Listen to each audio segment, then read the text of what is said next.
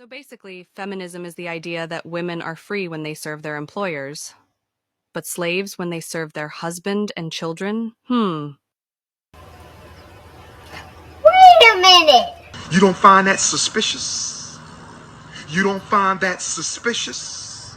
A lot of women now, it's easier to go with the trend of like, I don't need no man. I'm fine being independent. And I'll be the first to say like, no, I would like someone to make sure that my windshield wipers are good. I would like for someone to be able to change my oil. I would like for someone to be able to provide. I get it. I'm sure they would like a more feminine woman. And I have to learn how to let go of that masculinity a little bit because I don't know how to let go of control. And I think that's the problem with a lot of women.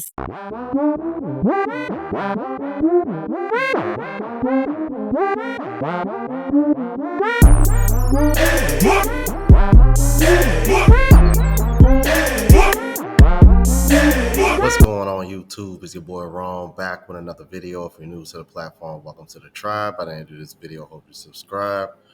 So I got quite a few videos for you today because I always found it funny how there's been this trend of not needing a man, which we all know is not true at all. Otherwise, there wouldn't be this new trend of, oh, men gotta provide. But I've been coming across a lot of videos lately about women like struggling, pay their bills, homeless, strip clubs drying up. I mean, what is going on in the West, bruh? The men are putting their foot down when it comes to their resources, even so much so that women are resorting to scamming men out of their money now. You're going to see what I'm talking about here in a second. Without further ado, let's go ahead and jump into it. Have you guys heard about the new game that women are using to get their iPhone 16s? Listen up carefully. This is a good one. So, women goes out to the club, to the bar, to the lounge, to brunch, whatever. See guy, meets guy. He's smiling at her, she's smiling at him. They exchange numbers, they exchange information. They going back and forth for days to a week at a time, texting back and forth. She's sending him provocative pictures. He's sending her pictures. They vibing out. They FaceTiming. They talking about how great the first date is going to be, all the things that they're going to do when they link up. And then all of a sudden, she goes ghost. Silence. Radio silence. It's dead. Nothing. 1 day passes. He's texting. 2 day passes. He thinks maybe she got busy. 3 days. 4 days. Maybe they wait even up to a week. And then all of a sudden, they message you a frantic message from one of their girlfriend's phones or one of their other numbers. They give you this long story about how they was trying to protect their girlfriend from her boyfriend, or something happened. Some girls tried them and they got into it with the girls and her phone got smashed and she's so distraught because she has so many bills to pay and she misses you and she hates she can't talk to you. And the only way that she can talk to you is if she gets a new phone. And could you please send her the money to get the new phone? Now, the genius about this game for the women is they do this to about 25 guys all at once. So let's say they get 10 guys to do it. 10 guys give them $1,000. They just came up on 10 racks. So gentlemen, be careful out there. That is diabolical work. Jesus Christ, man. I tell you, bro. It just goes to show you, when they say when women take the easiest path to resistance, this definitely applies. Because my goodness, man, you got to be awfully lazy to do that. But it gets worse. Let's keep it moving. Women today are struggling so bad and are so broke that they are seriously out here teaching one another how to scam men out of money. If I was broke and I had to get $500 by this week, here's how I would do it unethically, which I would not do. This is hypothetical. Okay, so I'd find a guy who's been wanting to take me on a date, right? He's been in my DMs or he's been in my messages, whatever. And I would finally start to kind of entertain it and talk to him. Then I'd say, yeah, I've actually been really wanting to go to this wine tasting thing. And I would send him a screenshot from the website with the number at the bottom. But I would edit out the number to put a number from a third-party app that I have access to. For example, like Text Now, you can use a number that's not actually your number and get calls to your phone from the app. And I would put that number there. And I would be like, can you call and make us a reservation? And mind you, this would be somebody that we've never talked or met in person. So he would call, but it would actually be me on the other line. And I'm going to act like the wine tasting host lady. And I'm going to say, yeah, like we have availability.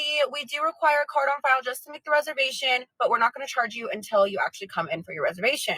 So then, you know, he's going to give his fucking card information over the phone. So now I have his card information, but what I need is a zip code.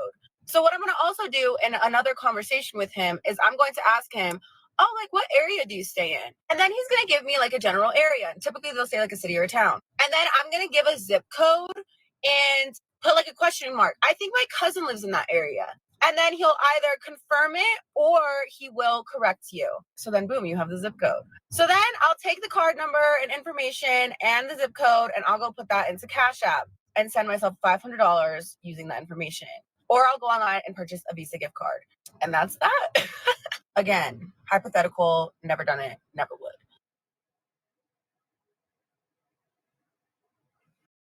Yeah.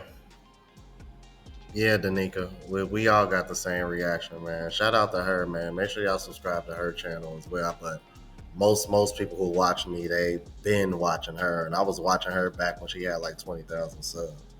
But this is crazy, man. Yo, but this just goes to show you, man, how can we sit over here and y'all try to act like y'all don't need men, but all y'all do is sit over here and try to come up with ways to try to extract resources from them. But y'all don't need men, right? Okay. To me, I learned that they are getting big money over there. Like nobody is complaining of. There were so many issues with this video, but I'm just going to start with the clip. The issue with 304 TikTok is the fact that everybody comes up here and glorifies the industry of when you don't understand any of the behind the scenes that goes into it. You take everything at face value and you assume that that's the lifestyle, that it's pretty, that you make all this money and you're just the bad. Of course, you see when they make it on bands, but you don't see when they're crying and stressed out about their bills. Not enough people talk about the dark side of being a dancer. I don't know why everybody thinks that shit is glitter and gold. I'm Jasmine. I'm an ex-stripper turned stripper coach, and I'm here to tell you the truth about the 304 industry. People be lying, bro. Like they get on this app and they put on this persona that they got it all together. They making all this money, that they the biggest and the baddest, all this other shit. Meanwhile, they're miserable behind closed doors. They're literally having mental breakdowns. They are exhausted and drained and still can't afford to pay their bills. damn. Yet they're still forced to work as a stripper because even though with making all that money, they can't seem to make good financial habits. So they have nothing to show for it other than bust down wigs, nails, and some pleasers. Y'all don't understand the spiritual effects, the psychological effects, the dangers of that environment. And y'all get up here, women, civilian women get up here to learn from in order to be more desirable to a man, yet they turn around and talk shit about you're biting off their fashion sense. You want to learn pole dance like them. You want all the aesthetic of being a dancer, but you don't want any of the reality. You don't want any of the side effects. So now we going out wearing pleasers and poster girl dresses. Y'all bite off workers. You're talking about, I need a trick, yet you look down upon another woman who is a professional in that industry. Meanwhile, you're trying to learn any bit of information that you can to scrape crumbs out of a guy. The math is not mathing. Yeah, the math ain't mathing. I thought y'all didn't need men money. I thought y'all didn't need us. I thought y'all was boss babes. Especially y'all black women. I'm like y'all own more homes than us. Even though y'all evicted the most too. Y'all always leave that part out conveniently. No surprise there. Y'all starting all these businesses. What happened? Yeah, the math ain't math, and she's 100% correct. There's this like general devaluation, I feel, of men and underappreciation of men.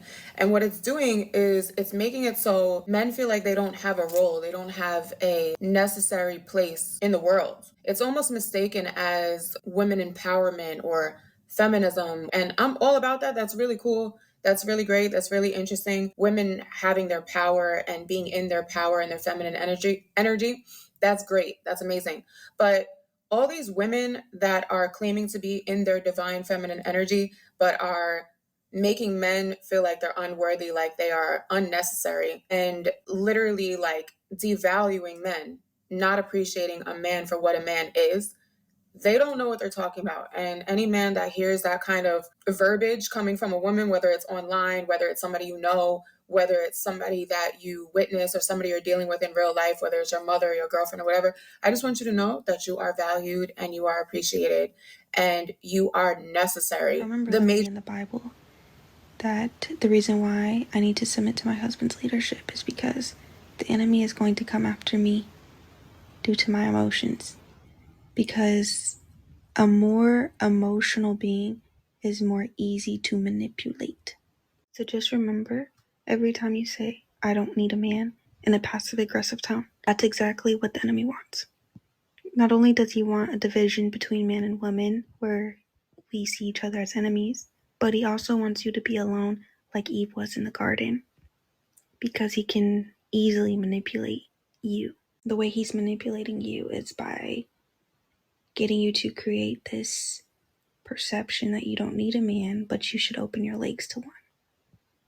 And every time you do that, you put yourself at risk for your child to grow up in a fatherless home. And statistics already give us a plethora of reasons why we need the fathers in the home. And lastly, I think that when you have the mindset of I don't need a man, you're also essentially shutting your ears off to ever listening to one, ever getting insight or perspective or wisdom from a God-fearing man. And Lord knows that the enemy fears you following a God-fearing man and being under his headship and his leadership. Yo, that sounds a lot like what's going on in the West, does it not? Y'all let me know what y'all thought about this. If you're new to the platform, please subscribe. OGs, I appreciate the love and support. Make sure y'all hit that bell notification. That way y'all know when I'm uploading. Hit the like button because that helps with the algorithm and helps me reach a broader audience. Also look out for the travel vlog channel. Unplugged Traveler link is in the description. Until the next video, y'all. Deuces.